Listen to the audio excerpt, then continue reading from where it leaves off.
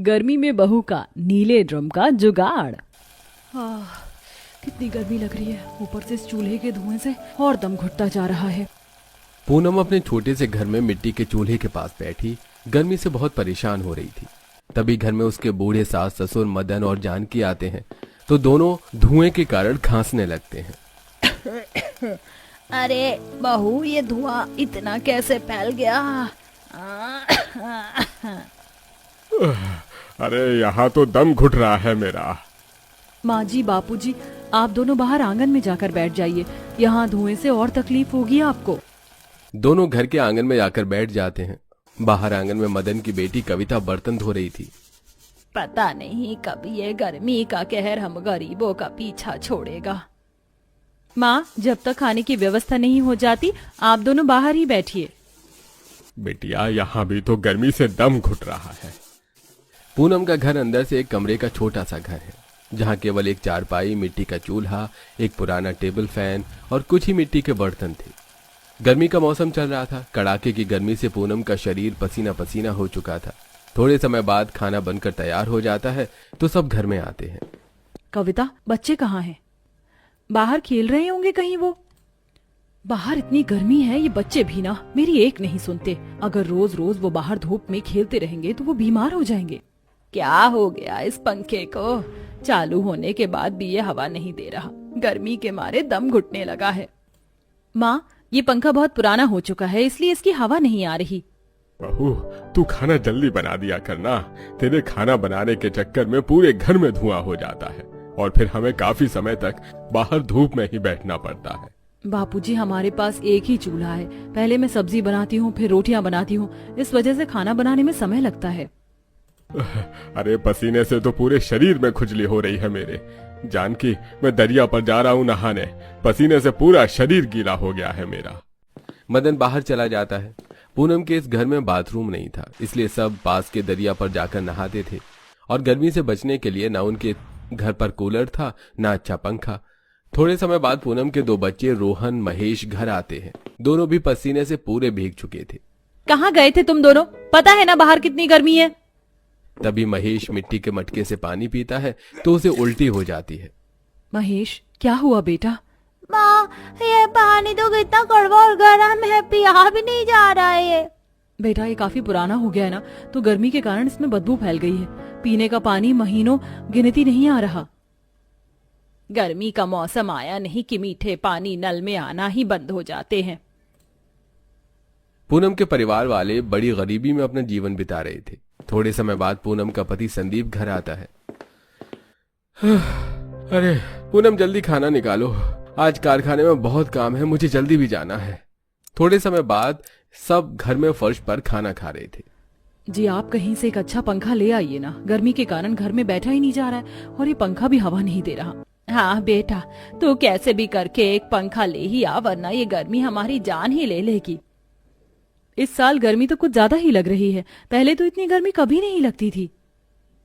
कविता, यहाँ पास में जो कारखाना है ना, जहाँ मैं काम करता हूँ, उस कारखाने में 4 भट्टियां शुरू हो चुकी हैं। उसी की भाप से गांव में इतनी गर्मी महसूस हो रही है। उन भट्टियों का तापमान इतना खतरनाक होता है कि वो बारिश को भी रोक देते हैं। अरे जब वो कारखाना इतना खतरनाक है तो बेटा तू वहां काम ही क्यों करता है? क्या करूं बाबा, यहाँ करने लायक कोई काम नहीं है। बड़ी मुश्किल से ये एक काम मिला है मुझे। संदीप पास के एक कारखाने में मजदूरी करता है, जहाँ कारखाने में प्लास्टिक के पुराने ड्रम को पिघलाकर नए ड्रम बनाए जाते हैं। थोड़े समय बाद संदीप अपने काम पर चला जाता है। शाम का समय। अब खाना बनाऊंगी तो फिर से चूल्हे का धुआं घर में हो जाएगा। एक काम करती हूँ, मैं एक और मिट्टी का चूल्हा बनाकर इस चूल्हे के साथ उसे जोड़ देती हूँ। फिर एक चूल्हे पर मैं सब्जी बनाने रख दूंगी और दूसरे पर रोटियां बनाती जाऊंगी। इससे खाना जल्दी भी बन जाएगा और किसी को ज्यादा देर तक बाहर भी नहीं बैठना पड़ेगा। तभी पूनम एक और मिट्टी का चूल्हा बनाती है और उसे अपने चूल्हे के साथ चिपका कर दोनों चूल्हों पर एक साथ खाना बनाती है। रात का समय। संदीप अपने साथ एक नीला प्लास्टिक का ड्रम लेकर घर आता है। आप ये ड्रम क्यों लेकर आए हो जी? ये थोड़ा खराब हो चुका है तो कारखाने वाले से फेंक रहे थे, मैं इसे घर ले आया। सोचा अपने किसी काम आ जाए, ये राशन या कोई सामान रखने के लिए। हम गरीबों के घर कहाँ इतना राशन होता है जी कि हम उसे इस ड्रम में रख सके। कोई नहीं, हमारे कुछ तो काम आएगा ये। संदीप की आमदनी बहुत कम थी, जिसमें उसके परिवार वाले बड़ी गरीबी में पेट कूट काट कर अपना जीवन बिता रहे थे। रात का समय सब घर में फर्श में सोए हुए थे। यहाँ तो गर्मी से नींद ही नहीं आ रही है। गर्मी के कारण किसी को भी नींद नहीं आ रही थी। तभी जिस चारपाई पर मदन और जानकी सोए हुए थे, उसका एक पहिया कमजोर होने की वजह से टूट जाता है। अरे अब इसका ही टूटना बाकी था। अरे पता नहीं कब हम गरीबों के जीवन से ये परेशानियां खत्म होंगी। पापा, आप दोनों यहाँ नीचे आकर सो जाइए। अब बिना कूलर के और पंखे के इस गर्मी भरे मौसम में कोई भी चैन की नींद नहीं सो पाता। अगले दिन संदीप अपने काम पर चला जाता है और कविता अपनी क्लास चली जाती है। कविता इलेक्ट्रिक कोर्स सीख रही थी। माँ जी, आप बच्चों का ध्यान रखना, मैं जंगल से लकड़ियाँ लेकर आती हूँ। घर में लकड़ियाँ खत्म हो चुकी हैं। पूनम बाहर चली जाती है। तभी दोनों बच्चे उस नीले ड्रम को नीचे गिराकर उसके अंदर घुसकर खेलने लगते हैं। उसे धकेल कर घुमाते जाते हैं। अरे बच्चों, लग जाएगा तुम्हें। कितना मजा आ रहा है। अब मेरी बारी है भैया। तभी महेश ड्रम के अंदर घुस जाता है और रोहन उस ड्रम को लौटाने लगता है। ये बच्चे भी ना बड़े शैतान हो गए हैं। चलिए जी, हम बाहर जाकर पेड़ की छांव में खुली हवा में बैठते हैं। थोड़े समय बाद पूनम लकड़ियां लेकर घर आती है तो बाहर आंगन में उसके सास ससुर एक पेड़ के नीचे बैठे थे और जानकी गीली मिट्टी के ऊपर लेटी हुई थी। अरे माँ जी, आप यहाँ जमीन पर गीली मिट्टी पर क्यों लेट गए? अरे बहू, घर में तो गर्मी के मारे लेटा नहीं जा रहा और यहाँ जमीन भी गर्म थी तो मैंने थोड़ा यहाँ पानी डाल दिया और इसी गीली मिट्टी पर लेट गई। इससे थोड़ी ठंडक तो मिल रही है मुझे। क्या माँ जी, आप भी? पूनम घर में आती है तो दोनों बच्चे ड्रम से खेल रहे थे। ये लो, घर में कोई नई चीज आई नहीं कि इनकी शैतानी शुरू हो जाती है। पूनम दोनों बच्चों को बाहर भेज देती है। पसीने से तो पूरा शरीर गीला हो गया मेरा। इस समय नदी पर जाकर नहाना ठीक नहीं रहेगा। अंधेरा होने दो, मैं तब चली जाऊंगी वहां नहाने। तब तक घर की सफाई कर लेती हूँ। पूनम घर की सफाई करने में लग जाती है। कुछ दिन बाद अब गर्मी में फर्श पर सोने से मदन और जानकी की पीठ पर लाल दाग हो चुके थे, जो उन्हें बहुत तकलीफ दे रहे थे। रात का समय सब घर में थे। नहीं, मैं यहाँ नहीं सोऊंगी। फर्श पर इतनी गर्म भाप लग रही है कि पूरी पीठ लाल हो गई है मेरी। माँ, मेरे पास जैसे ही पैसे आएंगे मैं आपके लिए दूसरी चारपाई ले आऊंगा, पर तब तक तो आप सो जाइए। नहीं, इस गर्मी में तू ही सो, मैं बाहर जाकर बैठती हूँ। मुझे नहीं मरना इस गर्मी में। जानकी बाहर चली जाती है। जी माँ जी को चारपाई के सिवाय नींद नहीं आती। मैं कहाँ से लाऊं नई चारपाई पूनम? जो पैसे मिले थे उसमें राशन और बिजली का बिल आ गया। अब तुम भी जानती हो कि मेरी कमाई कितनी कम है। कम आमदनी के चलते संदीप अपने परिवार की किसी भी जरूरत को पूरा नहीं कर पा रहा था। अगले दिन पूनम घर में सफाई कर रही थी, तभी सबकी नजर उस नीले ड्रम पर पड़ती है। अगर मैं इस ड्रम से माँ जी के लिए बेड बनाऊं तो एक काम करती हूँ, मैं इस ड्रम को 2 हिस्सों में काट देती हूँ। तभी पूनम 5 रुपए का एक ब्लेड लेकर आती है और उसकी सहायता से उस प्लास्टिक के ड्रम को खड़ा बीच में से काट कर उसके 2 हिस्से कर देती है। अब दोनों ही हिस्से नाव की तरह दिख रहे थे। अब इन दोनों को घर के एक कोने में आसपास रख देती हूँ और इनके अंदर मिट्टी भर देती हूँ। पूनम दोनों हिस्सों को घर के एक कोने में आसपास रख देती है और उनके नीचे चारों ओर से ईंटों के सपोर्ट दे देती है ताकि दोनों अपनी जगह से हिले डुले नहीं। तभी पूनम बाहर आकर आंगन में मिट्टी लेकर घर के अंदर आती है और अब बार बार पूनम को मिट्टी ले जाते देखकर बाहर बैठे मदन जानकी दंग रह जाते हैं। अरे बहू, तू ये मिट्टी घर के अंदर क्यों ले जा रही है? माँ जी, मैं आपके लिए एक चीज बना रही हूँ। पूनम अंदर चली जाती है। बहू, क्या चीज बना रही है? पता नहीं, चलिए देखते हैं। दोनों घर में आते हैं तो पूनम ने दोनों ड्रम के टुकड़ों को मिट्टी से पूरा भर दिया था और उसने मिट्टी को भी बराबर लेवल में दबाकर सही कर दिया था। बहू, ये क्या कर रही है तू? माँ जी, मैं आपके लिए बेड बना रही हूँ। तभी पूनम दोनों ड्रम के टुकड़ों को मिट्टी के अंदर थोड़ा थोड़ा पानी डालकर उस मिट्टी को थोड़ा गीला कर देती है और उस मिट्टी के ऊपर अनाज की बोरियां डालती है और उन पर भी थोड़ा थोड़ा पानी छिड़क कर उन्हें भी गीला कर देती है। अरे बहू, ये क्या कर रही है तू? भला यह कैसा बेड है? 1 मिनट माँ जी। तभी पूनम उन बोरियों पर 2 बड़ी पन्नियां डालकर उन पर 2 चादरें बिछा देती है। माँ जी, बापू जी, अब आप दोनों इन दोनों बेड पर लेट जाइए। ये कैसे बेड बनाए हैं तूने बहू? भला ऐसे बेड कहाँ होते हैं? दोनों ड्रम के बने उन दोनों बेड पर लेट जाते हैं। अरे, इस पर तो कितना ठंडा लग रहा है। ये चादर तो बर्फ की तरह ठंडी हो गई। हाँ हाँ हाँ, ये तो बहुत ठंडा लग रहा है। बहू, कैसे किया तूने ये? माँ जी, ये है ठंडक देने वाला नया जुगाड़ू बेड है। मैंने ड्रम के दोनों टुकड़ों के अंदर मिट्टी इसीलिए भरी क्योंकि हम जब भी मिट्टी के अंदर पानी डालेंगे तो मिट्टी ठंडी रहेगी और अनाज की गीली बोरियां मिट्टी के अंदर की निकलने वाली गर्म भाप को ठंडक में बदल देंगी और ऊपर की पन्नी चादर को गीला होने से बचाएगी। वाह वाह बहू वाह, क्या दिमाग पाया है तूने। अरे तूने तो सोने के लिए बेड भी बना दिया और गर्मी से बचने की राहत भी बना दी। दोनों पूनम की बहुत तारीफ करते हैं। शाम का समय था। जब सब घर आते हैं तो वो सब पूनम की इस कारीगरी से बहुत खुश होते हैं। रात का समय, सब घर में सोए हुए थे और मदन जानकी अपने उस ड्रम के बेड पर लेटे थे। इतने दिनों बाद आज मैं चैन की नींद सो पाऊंगा। दादी जी और दादाजी मजे से इस ठंडे बेड पर सो रहे हैं और हम ऐसे गर्मी में। बेटा, माँ जी बापूजी बुजुर्ग हैं, उन्हें गर्मी से तकलीफ हो रही है ना, इसलिए इस बेड पर वो सो रहे हैं। बहू, यहाँ बहुत सी जगह है, आ जाओ बच्चों, तुम दोनों भी हमारे पास आकर सो जाओ। दोनों बच्चे मदन जानकी के पास उस ड्रम वाले बेड पर सो जाते हैं। अब मिट्टी की ठंडक से चारों मजे की नींद सो पाते हैं। अब इसी तरह दिन प्रतिदिन बीतने लगे, पर गर्मी के कारण घर में सबका बुरा हाल हो रहा था। एक शाम, पूनम, ये लो 1500 रुपए, घर का राशन ले आना। अब बाकी पैसों में माँ जी बाबूजी की दवाई ले आता हूँ और बिजली का बिल भरकर थोड़े पैसे कविता को क्लास की फीस दे देता हूँ।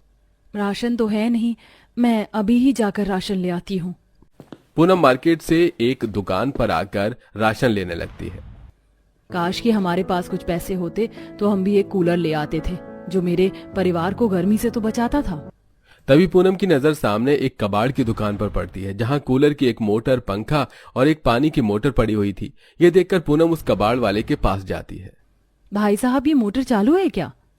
पता नहीं बहन जी, ये तो कबाड़ है, इसे तो हम जलाकर पिघला देते हैं। अगर ये मोटर चालू हुई तो मैं इससे कूलर बना सकती हूँ। भाई साहब, क्या आप ये मोटर, पंखा और पानी की मोटर मुझे दे सकते हो? ठीक है, 300 रुपए दे दो और ले जाओ। पूनम कबाड़ वाले से वो सारा सामान और राशन लेकर घर आ जाती है। पूनम, तुम ये कबाड़ क्यों लेकर आई हो? आपको पता है, मेरे मायके में हमारा एक पड़ोसी है जो नए कूलर बनाता है। मैं हमेशा उसे कूलर बनाते देखती थी। अब उसका देखा देखी मुझे भी पता है कि कूलर कैसे बनाते हैं, तो मैं सोच रही हूँ कि हम भी ड्रम का एक कूलर बनाते हैं। भाभी, ड्रम से कैसे कूलर बन पाएगा? बनेगा कविता। संदीप जी, आप ना बस मुझे एक ड्रम लाकर दे दीजिए। पूनम, कारखाने का मालिक अब पैसों में देगा मुझे ड्रम। खराब ड्रम इस बार बार नहीं आते। जी, आप कैसे भी करके ले आइए ना एक ड्रम। मैं चाहती हूँ कि हमें भी गर्मी से बचने के लिए कूलर मिल जाए।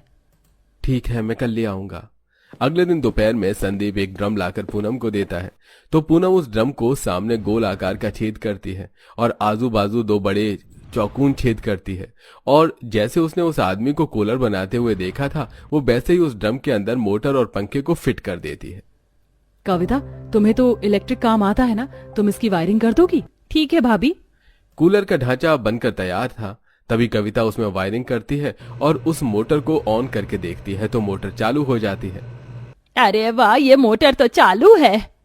भाभी, अब पानी तो हम इसमें डाल देंगे, पर आप इन फड़कों पर लगाने के लिए घास कहाँ से लाएंगी? अरे हाँ, घास लाने के लिए तो हमारे पास पैसे ही नहीं है। संदीप को कारखाने से पैसे भी अब अगले महीने ही मिलेंगे। एक काम करते हैं, जंगल में तो बहुत सी सूखी घास होगी, हम तब तक वही घास ले आते हैं। तभी पूनम जंगल से थोड़ी सूखी घास लाती है और दोनों फड़कों पर घास और अनाज की बोरियां लगा देती है। रात का समय, पूनम का ड्रम कूलर बनकर तैयार था और वो सबको काफी ठंडी हवा भी दे रहा था। अरे वाह, इस कूलर की तो कितनी अच्छी हवा आ रही है। पूनम, तुम तो कमाल हो यार, कहाँ से लाती हो तुम ऐसे जुगाड़? अपने जुगाड़ से हजारों रुपए का कूलर हमने 500 रुपए में बना लिया। माँ, जब आप ये चीजें बना रहे हो तो हमारे लिए एक फ्रिज भी बना दीजिए ना, इतनी गर्मी में गर्म पानी नहीं पिया जाता हमसे। हाँ हाँ बहू, बात तो सही है रोहन की, गर्म पानी सच में पिया नहीं जा रहा। पर माँ जी, फ्रिज बनाना मुझे नहीं आता। मुझे आता है भाभी, हम कबाड़ से पुराने फ्रिज का सामान ले आएंगे, आप बस ड्रम से फ्रिज का ढांचा बना देना, बाकी काम मैं कर लूंगी। कुछ दिन बाद संदीप किसी से कर्ज लेकर पुराने फ्रिज का सामान और एक ड्रम लेकर आता है, जिसके बाद कुछ दिनों की मेहनत से कविता और पूनम उस ड्रम का एक फ्रिज बना लेते हैं, जिसके बाद उन्हें ठंडा पानी पीने का सुख प्राप्त हो जाता है। एक शाम, भाभी 4 दिन से मैंने नहाया नहीं है, चलिए ना हम दरिया पर जाकर नहा कर आते हैं। हाँ मैंने भी 2 दिन से नहाया नहीं, चलो नहा कर आते हैं। दोनों बाहर आते हैं तो थोड़ा अंधेरा हो चुका था। तभी दोनों दरिया पर आकर नहाने लगते हैं। तभी गांव के कुछ छिछोरे लड़के उन्हें देखने लगते हैं तो कविता की नजर उन पर पड़ जाती है। भाभी कुछ लड़के हमें देख रहे हैं। कहाँ? वहाँ पेड़ के पीछे। पूनम उन लड़कों को देखती है। चलो कविता हम घर चलते हैं। दोनों घर आकर मदन और संदीप को सारी बात बताते हैं। क्या? कौन था वो बदमाश? मैं उन्हें जिंदा नहीं छोड़ूंगा। छोड़िए ना संदीप जी, क्यों उन बदमाशों के मुंह लगना। मैं कब से कह रही हूँ कि घर में एक बाथरूम बना लो, ऐसे नदी पर जाकर नहाना अच्छी बात नहीं है। मैं भी कब से यही सोच रहा हूँ माँ, पर मेरे पास पैसे ही नहीं जम पा रहे हैं। तभी पूनम की नजर ड्रम के टूटे हुए टुकड़ों पर पड़ती है। संदीप जी हम घर के एक कोने में ड्रम से एक बाथरूम बना लेते हैं ना। वो कैसे? हम ड्रम का प्लास्टिक बड़े बड़े साइज में काटेंगे और उन्हें गर्म करके पतला दीवार की तरह शेप देंगे और घर के कोने में उन्हें लगाकर एक बाथरूम बना लेंगे। हाँ उपाय तो तुम्हारा बढ़िया है, चलो कोशिश करके देखते हैं। अगले दिन संदीप 4-5 ड्रम लेकर आता है और सब उसे काटकर गर्म करते हैं और उन्हें चपटा करके गर्म से चिपकाकर बड़े बड़े दीवार की तरह 2 ढांचे बना लेते हैं। प्लास्टिक की दीवारें तो बन गई, चलिए अब इन्हें घर के कोने में लगा देते हैं। तभी सब उन बड़े प्लास्टिक की शीट को दीवार के कोनों पर कील से ठोक कर लगा लेते हैं, जिसके बाद घर के कोने में एक छोटा सा बाथरूम बन जाता है। जिसके बाद अब सब अपने उस नए बाथरूम में नहाने लगे। इसी तरह पूनम ड्रम के प्लास्टिक से छोटी रसोई भी बना लेती है और एक शाम अगर इंसान कोशिश करे तो वो कबाड़ से भी काफी अच्छी चीजें बना सकता है। कभी सोचे भी नहीं थे हमने कि बेकार से ड्रम आज हमारी इतनी जरूरतों के काम आएंगे। कविता अब तक आई क्यों नहीं माँ? हाँ आज तो आने में उसे बहुत देर हो गई। तभी कविता घर आती है। माँ, बाबा, भाभी क्या हुआ कविता? भाभी मुझे इस गांव के इलेक्ट्रिक डिपार्टमेंट में 20,000 रुपए महीने से नौकरी मिल गई है। अरे वाह, ये तो बहुत खुशी की बात है कविता। जी भाई, और मजे की बात ये है कि अब मैं आपको भी वहाँ कॉन्ट्रैक्ट बेस पर नौकरी से लगा दूंगी और आपको 10,000 रुपए महीना पगार मिलेगी। ये तो बहुत खुशी की बात है बेटा। भगवान जी आपका बहुत बहुत धन्यवाद कि मेरी बच्ची की मेहनत रंग लाई और उसे इतनी अच्छी नौकरी मिल गई। हमारी कविता की मेहनत रंग कैसे ना लाती माँ जी, इसने इतनी मेहनत जो की है इस नौकरी को पाने के लिए। अब तो तेरा सपना पूरा हो गया ना कविता। अब हम जल्द से जल्द कोई अच्छा सा लड़का देखकर तेरा ब्याह करवा देंगे। नहीं माँ, मैं अभी शादी नहीं करूंगी। पहले मैं अपने इस परिवार को गरीबी के दलदल से बाहर निकालूंगी। आप सबने मुझे पढ़ने के लिए इतना संघर्ष किया। आज मैं जो कुछ बनी हूँ अपने भाई की बदौलत, इनकी मेहनत से बनी हूँ माँ। पहले मैं अपने भाई और आप सबकी गरीबी अपने दम पर दूर करूंगी, फिर शादी करूंगी। ये सुनकर संदीप और उसके माता पिता की आंखों में आंसू आ जाते हैं। मेरी बहन, तू हमारे बारे में कितना सोचती है। कैसे ना सोचती भाई, एक पिता की तरह आपने हर खुशी को पूरा किया है। मुझे जीवन में कभी किसी चीज की कमी नहीं होने दी आपने। तो आज जब मैं कामयाबी के मुकाम पर आ चुकी हूँ तो मैं आपको कैसे भूल सकती हूँ। दोनों एक दूसरे के गले लगकर रोने लगते हैं। आप दोनों भाई बहन के इस प्रेम को किसी की नजर ना लगे और दोनों इसी तरह जीवन भर हंसते खेलते मुस्कुराते रहें। सब कविता की नौकरी की खबर सुनकर बहुत खुश होते हैं। उसके बाद कविता उसी डिपार्टमेंट में अपने भाई को भी काम दिला देती है और दोनों भाई बहन वहां काम करके खुशी खुशी अपने परिवार के साथ अपना जीवन बिताते हैं और अपनी गरीबी दूर करते हैं।